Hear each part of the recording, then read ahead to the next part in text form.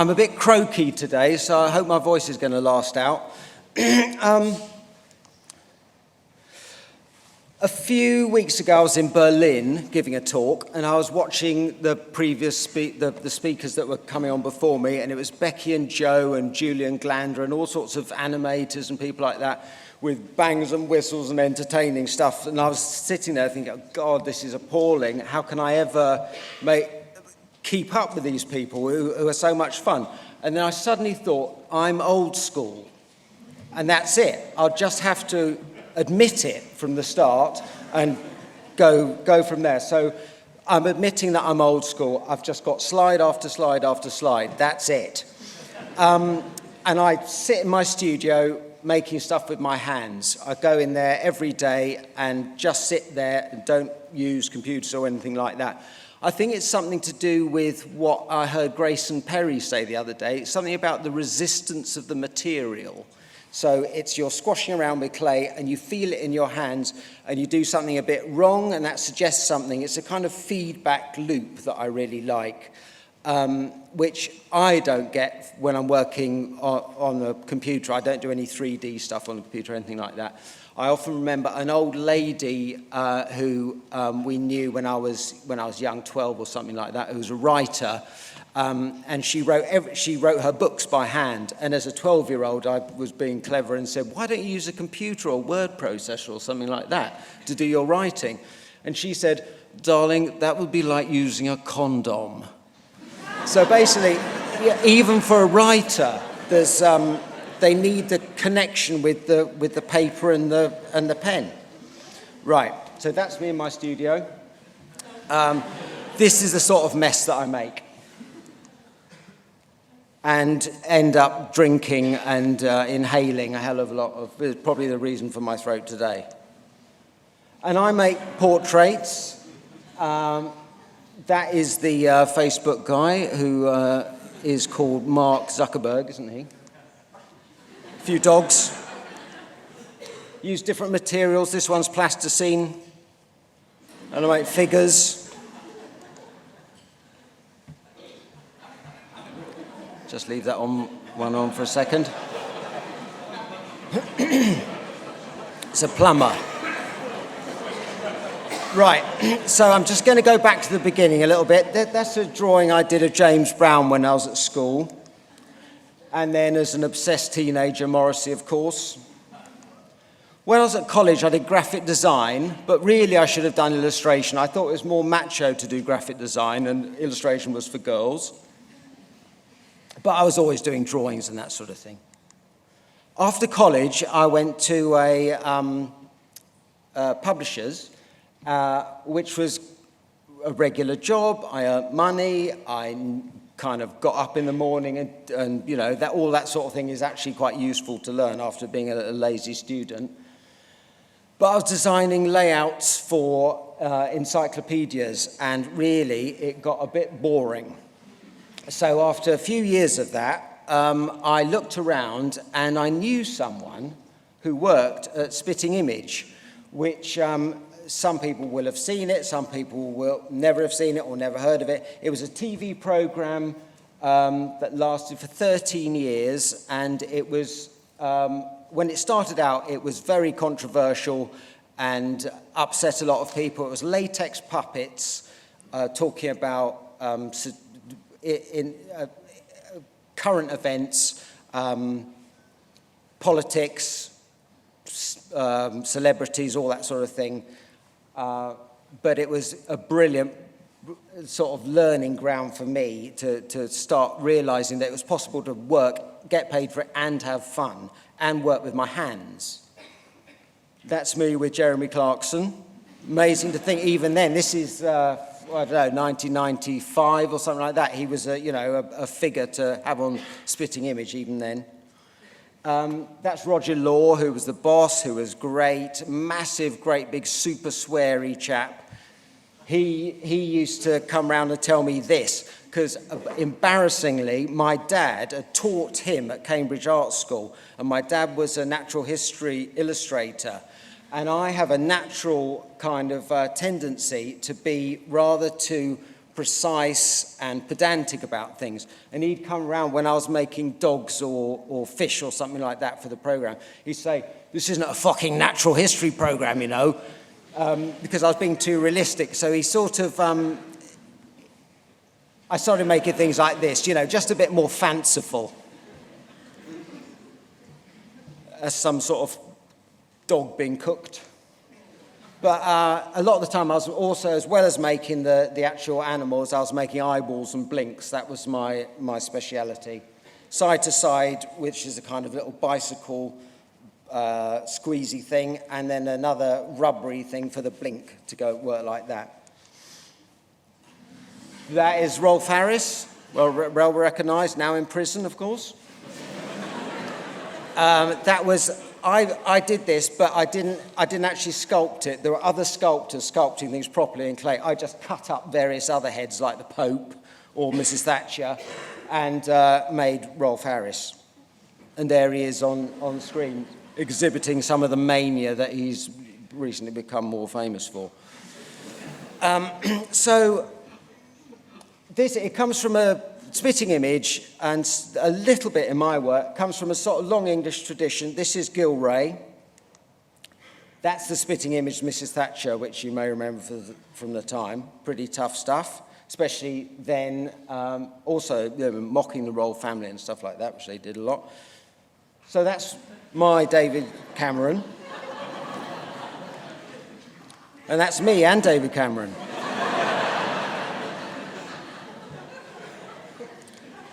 Boris Johnson. So I'd still do a few sort of satirical things. And Mom, official 90th birthday today. The royal family. So, Kate Middleton. Now, do you remember this portrait?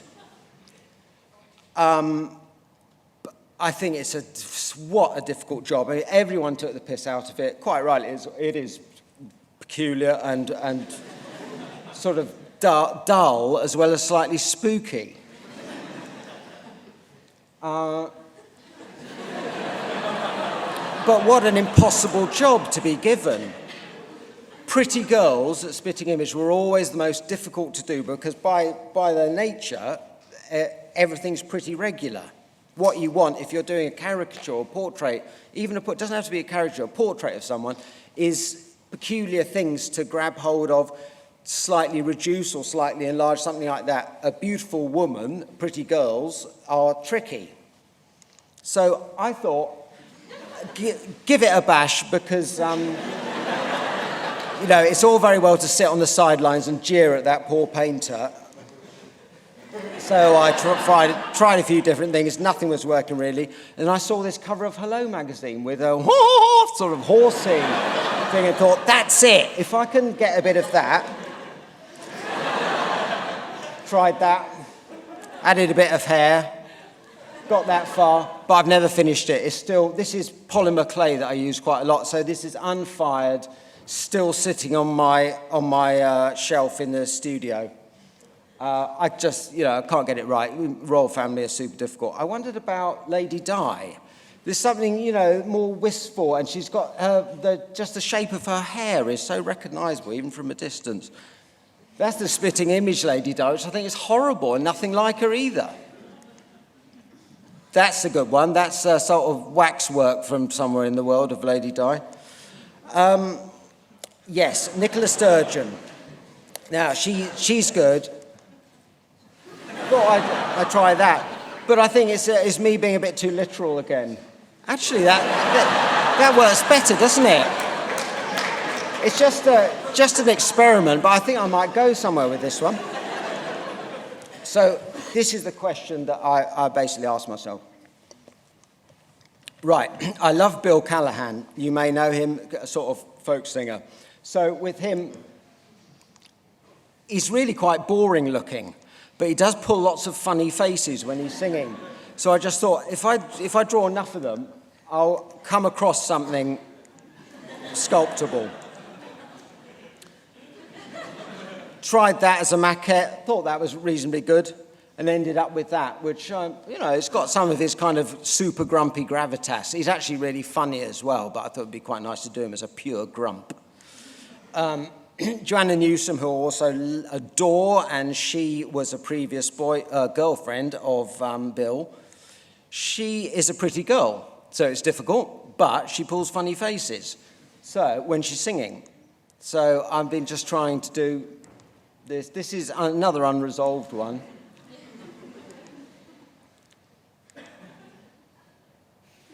Possibly. With a microphone, I don't know. Alex Katz, I expect you know his work. I'm a massive fan. He does women brilliantly, I think. So they're elegant, but they're also a little bit wonky. If I could sculpt women well, I'd like to do it like this, I think. This one I particularly love. Look at his hair, it's so fantastic. I thought I'd rip it off. And that was the one I finished up with. And to my absolute thrill, somebody called Louis Venegas saw that and said, could I have my dogs in a photo shoot with all these gorgeous young boys for his magazine, which is called The Printed Dog. So, yeah, and I went along to the photo shoot and ogled. Yeah, that's a dog. This always goes down well. That's a dog head I made years ago, but it always seems to come out at parties. Slightly less glamorous model, that.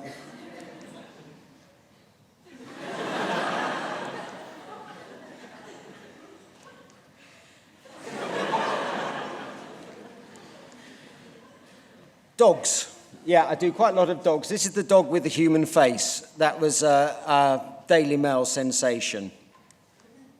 Morrissey Terrier. Faith. This is a dog with 2 arms or 2 legs, or only born with 2 appendages. Dead now, I'm afraid. But if you look at YouTube, look up Faith on YouTube. She was great, running around on her 2 legs. I was doing a series of selfies, but I had a show of dogs in London, so I just added that poodle so he could be included in the show. That's supposed to be a kind of Robert Mapplethorpe and his dog. You don't know who's the master and who's the slave. Put up on this, people like this on Instagram, but the main thing they commented was on my bitten fingernails. So I've actually stopped biting my nails. Instagram, though, I absolutely adore. Ideas to nick, funny-looking people, middle-aged gays, parties, more dogs. That's how I should do Kate Middleton. Knobbly teenagers, grandad on the golf course, freaky sort of seal happenings. This sort of thing. That's the best ever. You know, everyone knows that one, but that's the best picture ever, isn't it? And this one, it's just funny how many people think my work is made out of wood, because my second name is Wood. That's Wayne Rooney that I did. I've never made anything out of wood in my life. Right, another source of inspiration, eBay drawings. Wow. Brilliant. There's piles of them on eBay. Just type in drawing. You have to go through it's about 1 in 200 that is good, but you can find them. Another area that I'm very interested in is self-taught art or outsider art.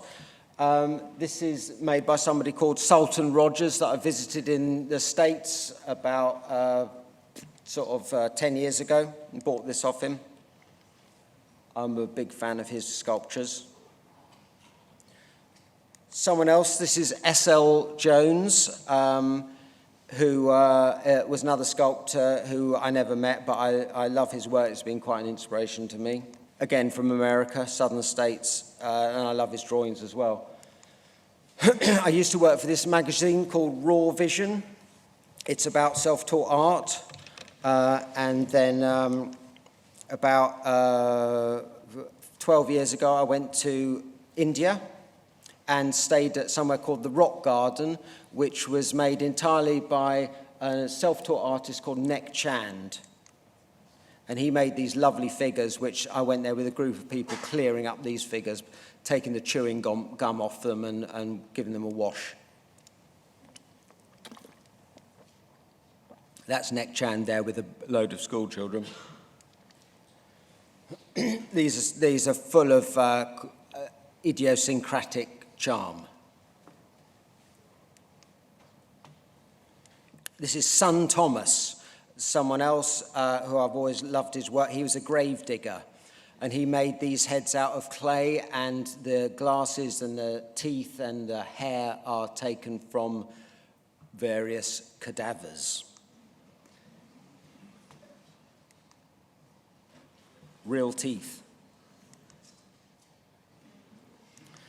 And this is in my studio. I've got a real skull. I often think that the human skull is almost the ultimate sculpture. And that's a death head that Picasso did. Right, lighten up a bit. Anyone seen George Bush's paintings of dogs? Hard to believe. I mean, someone like Winston Churchill, he did sort of paintings you'd expect, you know, competent, a bit boring, but George Bush, can you believe these things? The world, you know, massively powerful world leader is doing these sort of granny pictures. Tony Blair looking very spooky. Berlusconi. There's my Berlusconi. Do you know he's got huge ears? He's known as Dumbo. George Bush's Putin. There's the real Putin. I saw this photo of the young Putin and just thought he looked so amazing. Beautiful, but can you sort of see, you know, what was to come in that face? It's always interesting to see, you know, a youthful Hitler, or not really to compare Hitler with Putin, but, you know, can you see the maniac behind the boy? And that's the head that I made of Putin. And I was thrilled because Graham Linehan, who wrote Father Ted, bought my head of Putin and stuck him under a glass so he couldn't breathe. Macca. Hey Jude. Haven't you had, everyone's had enough of Macca. Justin Timberlake. No, what's he called? Bieber. What's his first name? Justin Bieber. Caitlyn Jenner. This was a sort of collaboration with the English Folk Society, who wanted me to do a portrait of Baphomet, who was a half goat, half man, half woman, good and evil all combined. Etta James. That's for Secret Sevens. You know Secret Sevens? She had the perfect face because it was almost entirely square. This chap, who is that swimmer?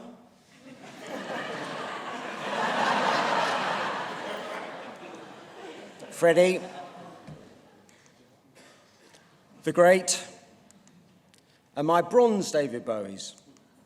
Bronze, terrific, proper, that was my only bronze I've ever done, but I'd love to do some more. That's real, proper, grown-up, manly sculpting material. Normally I use cheap throwaway stuff, really. This is Elizabeth Frink, who did a lot of bronzes, who I'm a big fan of. And that, I think that's my knackered copy, but it's just such a cool book cover. It's my absolute favourite. One nice thing about doing what I do is it really makes you appreciate art of the past. So this is Bernini, and I make all my stuff out of squashy material. So, you know, if I put too much hair, I just rip it off, add a bit more, squash it around. This is carved out of marble. Just amazing. Going back further, Roman stuff, I think this is terrific. Just sort of quite casual in a way. I love his sexy little moustache. Egyptian, I think that's got incredible, even with the nose whacked off, it's got amazing presence. Have you seen this one, like Michael Jackson? Isn't that weird? But I'm not that interested in material, really. What I'm interested in is the subject. And what could be more interesting than friends? This is my friend Malcolm. And that's the head I made of him, which his wife thought was extremely funny, so that's hit the spot. That's Prosper, who I play badminton with on Thursdays. That's my portrait of him. That went down well. Jean-Julien, I think I must add, I made it of him. He didn't ask me to make it. I think he's worried about seeming that vain. No, I entirely made it. Several people said, you must do Jean-Julien. He's got such an amazing face. And yeah, it was a very good idea and really fun to do. And luckily, said he liked it. Doing portraits is very tricky in terms of, the reaction of people, because it's a very personal thing to be doing. It's really getting in someone's face, and it's quite rare that people honestly like their portraits. I think this is my friend Matthew, who's in my studio. I did a few drawings of him. I'll just go quickly through my process of making a head. So the previous one was just using getting an armature and using aluminium foil. This is putting polymer clay on top. I'm just going through various stages of sculpting.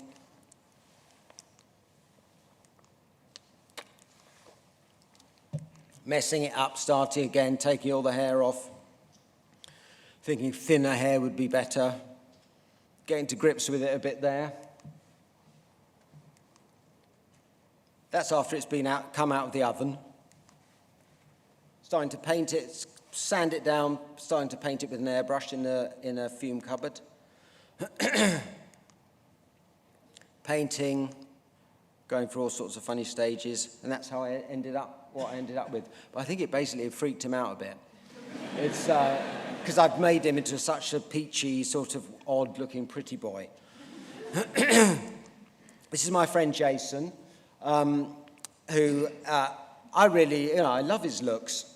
And initially, I showed him this. We were at a party. And he said, he liked it and stuff. He was being polite about it. And we had a drink and stuff. And then he came back a bit later and said, well, I suppose I like it, but it's not very sexy, is it? And I said, well, it's not necessarily what I was aiming at, but it was quite a lesson there, is that really everyone wants to be sexy in a way. They don't want to be interesting or wonky or funny. Nobody wants particularly to be exaggerated in that sort of way. They want to be sexy. This one was a disaster.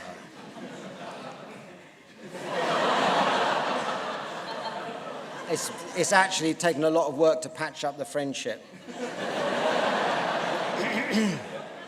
This is one of those daft, stupid, but absolutely true Andy Warhol quotes.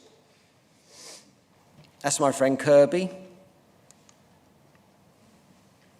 Thought occasionally it's nice to do a sort of pure one. Mr. Bingo, you may know him. Again, he didn't ask me to do it, I just did it. But he liked it enough to buy it, which was fabulous. And then put this up on Instagram, which is pretty funny.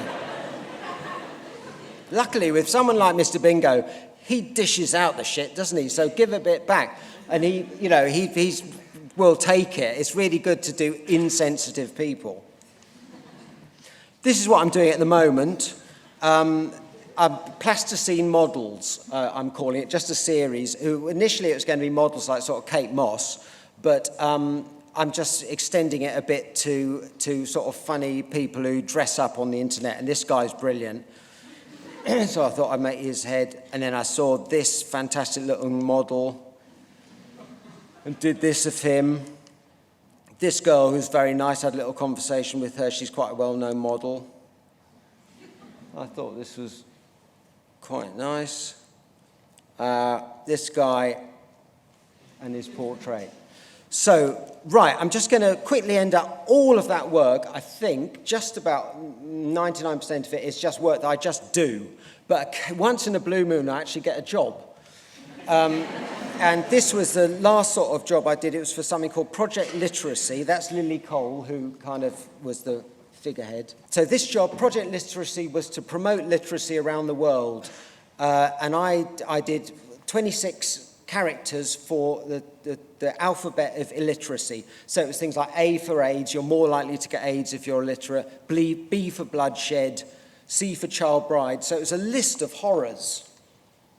They contacted me, and I had to come up with ideas. Radicalization. How do you do that? Maybe in a slightly funny way, or a striking way, without taking the piss, without using cliches, really, really difficult.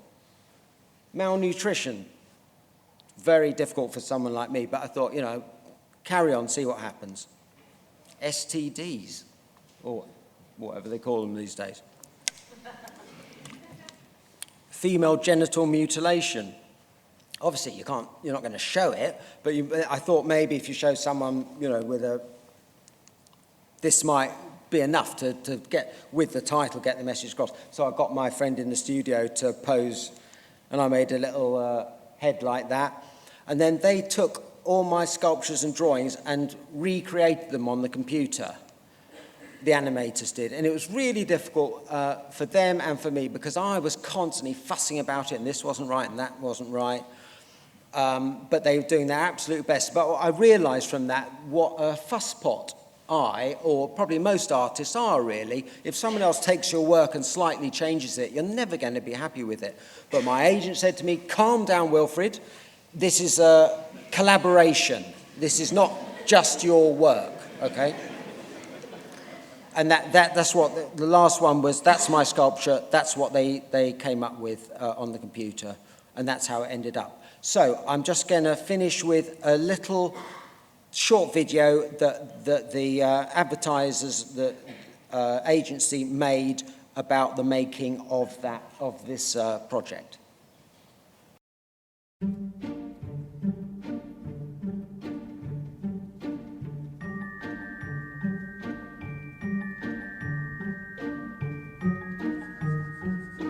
Illiteracy is invisible.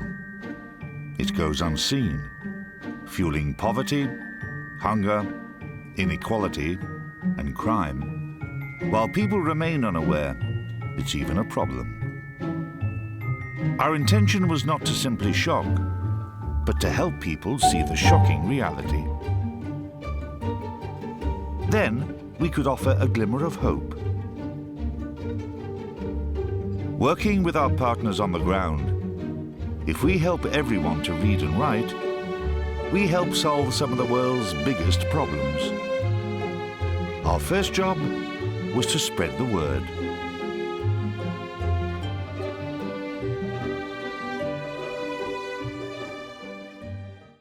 A is for AIDS, B is for blood that flows, C is every girl a child bride. Of course, we haven't wiped out global illiteracy yet, but it's not so invisible anymore. That's it. Thank you very much.